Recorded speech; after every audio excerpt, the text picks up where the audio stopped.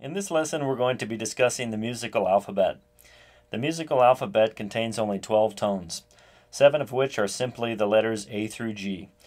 I'm going to show you this on the keyboard, and then we'll take that information to the guitar strings. Starting with the 3 black keys here, we'll find the A note between them here. Walking up the white keys from there, we'll get A through G. A, B, C, D, E, F, and G. Then we're back to A. That's the octave.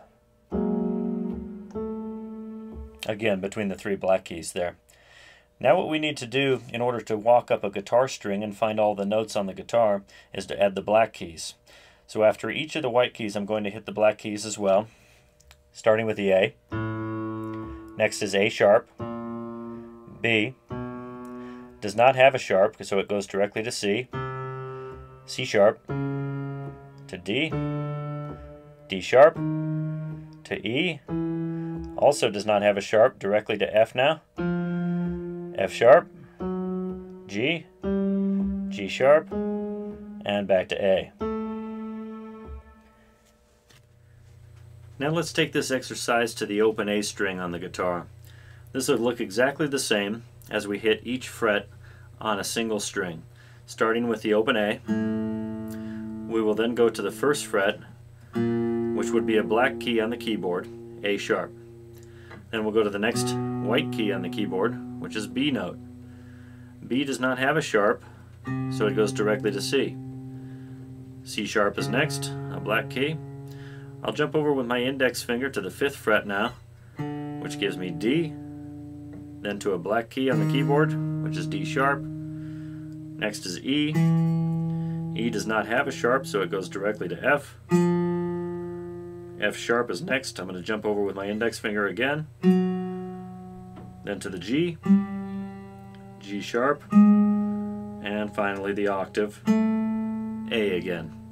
You'll notice the A landed on the double dots of the guitar there, so the open A string all the way up took us to the octave at the 12th fret. Don't B sharp. This is a little saying you can use to remember that B does not have a sharp and E does not have a sharp.